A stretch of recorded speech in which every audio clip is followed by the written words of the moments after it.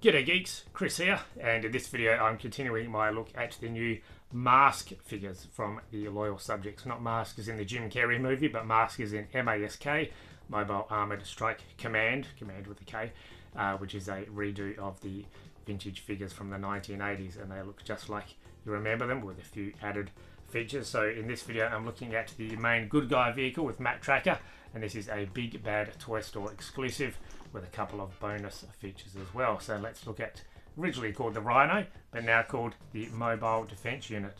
It's glorious. Let's check it out.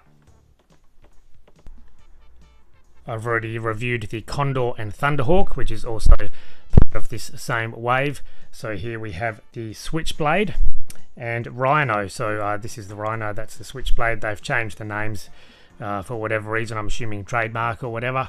So yes, this is now known as the Mobile Defense Unit, and we have the high-tech helicopter, formerly known as Switchblade here. The packaging looks just like you remember, with a fabulous M.A.S.K logo, and it tells you all the features on the sides and the back. These are pretty hefty boxes, pretty awesome for sure. And I got these from Big Bad Toy Store, but you can also get them from Pop Culture or other places online. So these are the big boxes. Here is Rhino, or Mobile Defense Unit, and as I say, just the colours and everything looks exactly like you remember it. I had a few M.A.S.K vehicles in the 80s growing up, but this wasn't one of them. I would imagine it was too expensive back in the day. But yes, I'll have a bit of play with it a bit later. But yes, as you can see, it's got all the chrome and all that kind of stuff. It's got the lovely tyres, and yes, it looks pretty awesome. And I should point out that this is a Big Bad Toy Store exclusive, which means it also comes with T-Bob and Scott Tracker, the son of Matt Tracker, the driver of this vehicle and the main hero of the M.A.S.K covert team. So yes, let's throw some stickers on this and see what it looks like.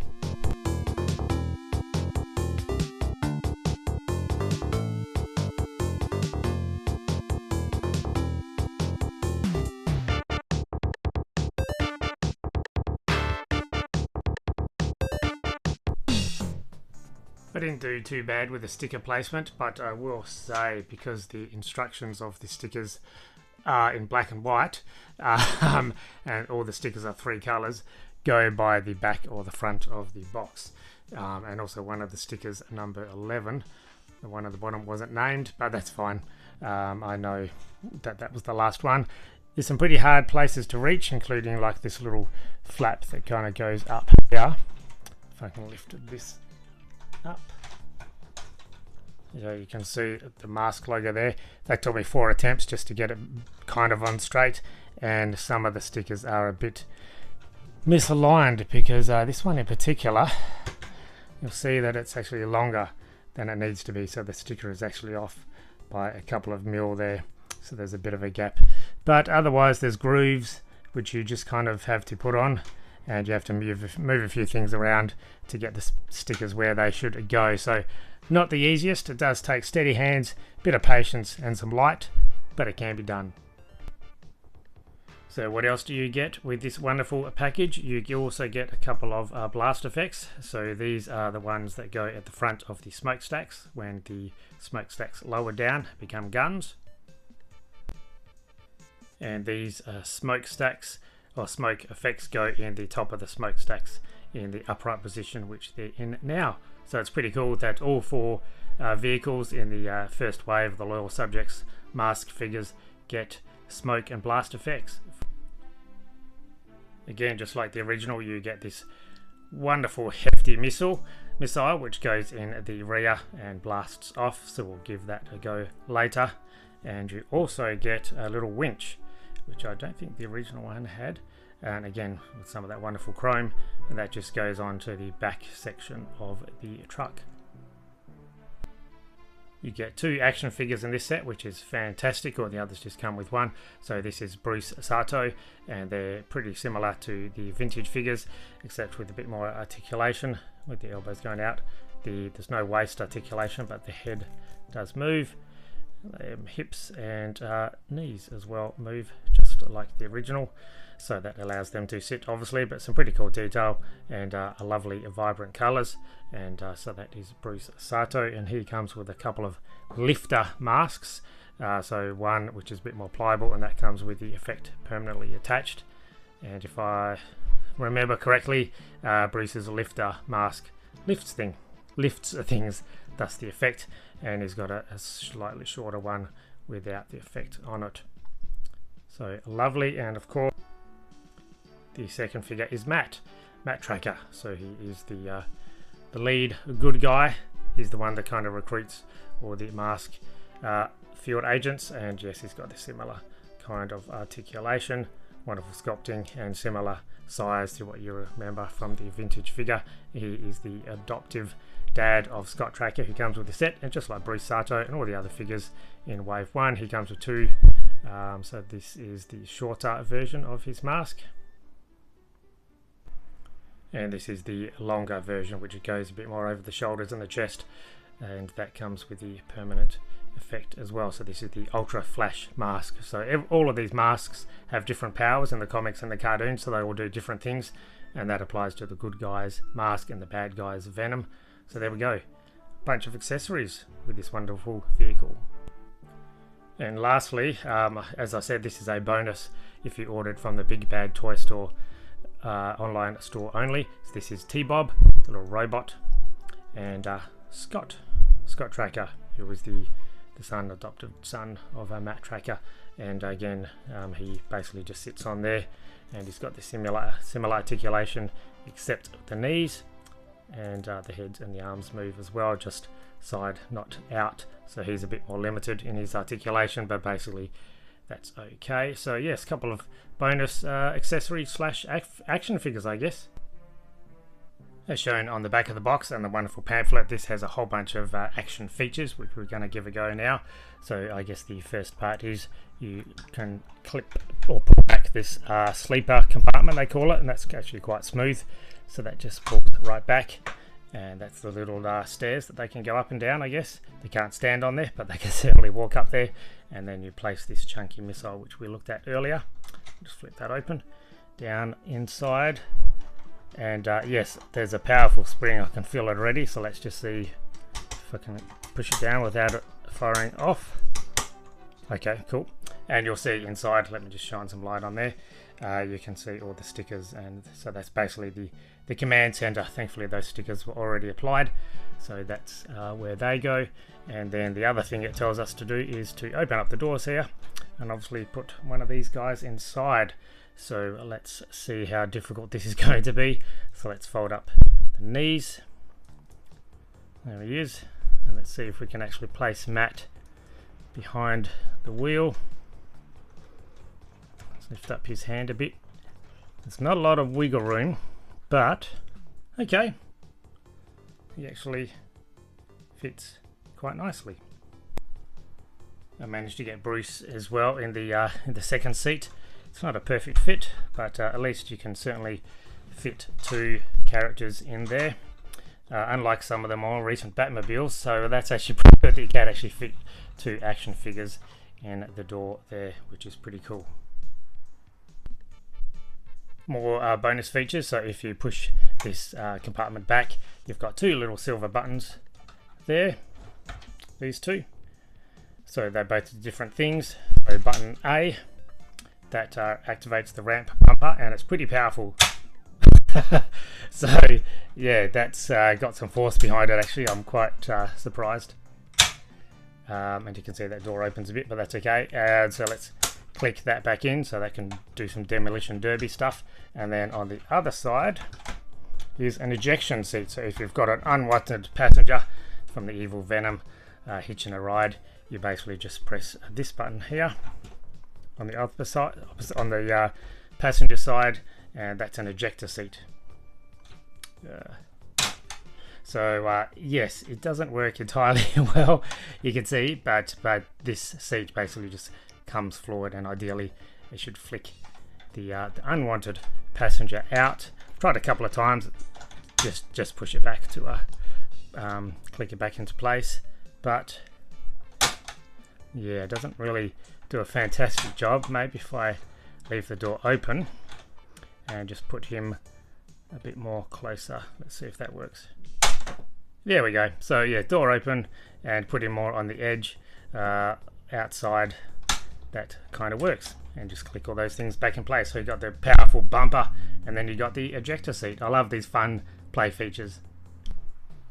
It's pretty cool that the loyal subjects incorporated the vintage action and play features into these designs.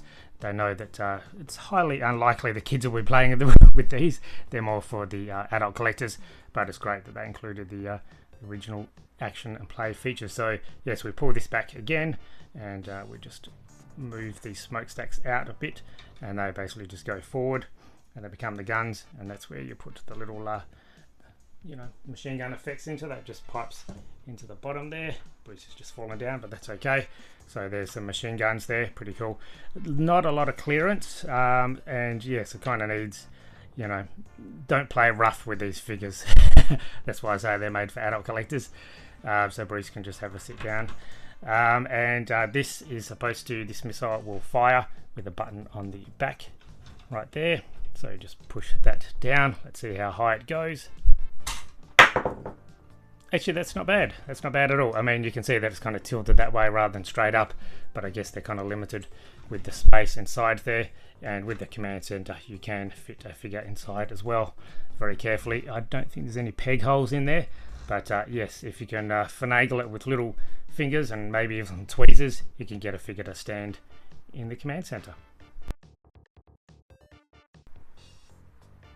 The last remaining feature is this little cab at the back, so that kind of lifts up and out. So there's no button to press for that. You just kind of lift it up, so it's pretty easy, and that actually becomes its own vehicle. So now you've got two vehicles, which is pretty cool because you get two riders.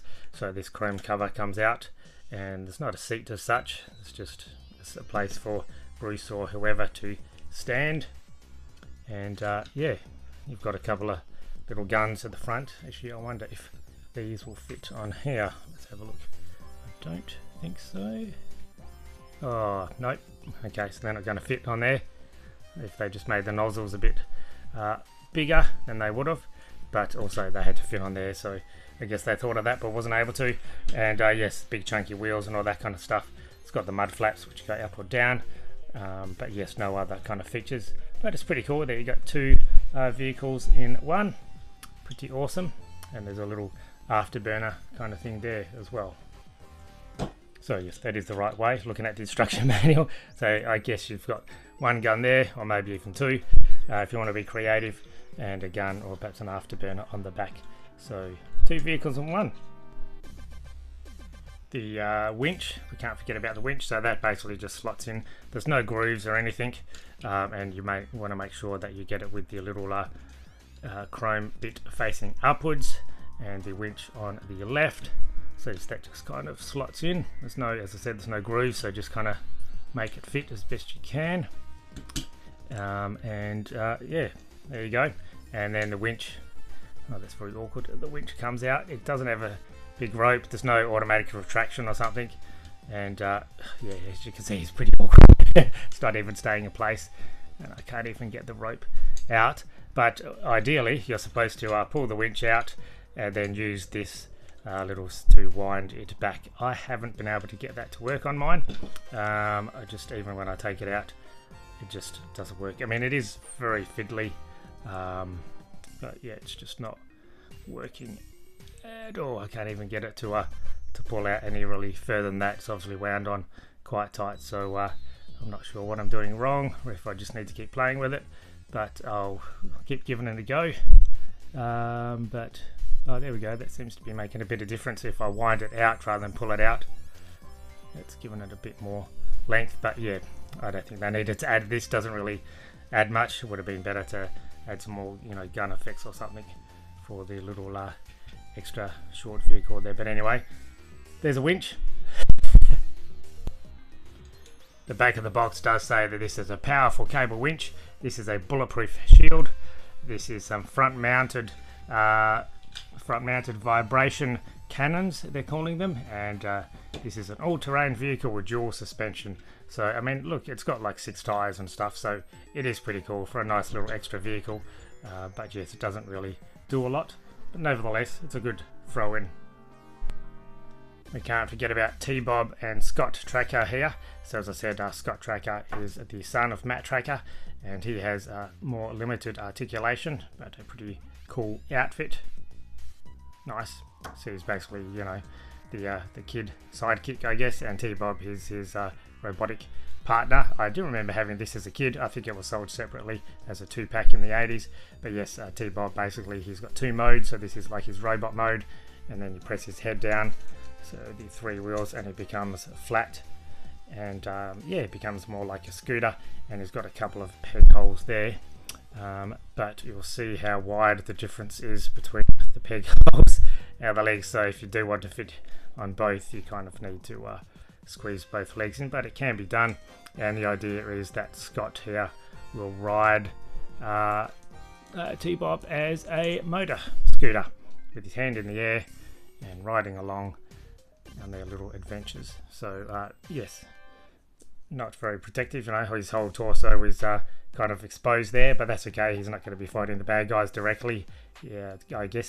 So yeah, but pretty cool, pretty simple. And the arms also come out as well if you want him to have a bit more reach in their robot mode, or I guess serving as longer handlebars. So yeah, pretty cool. Obviously it's just got eyes and a mouth there, and that turns as well. Not a whole bunch of paint or whatever, but pretty cool that yes, it's a nice little bonus feature, these 2 figures, Scott Tracker and T-Bob.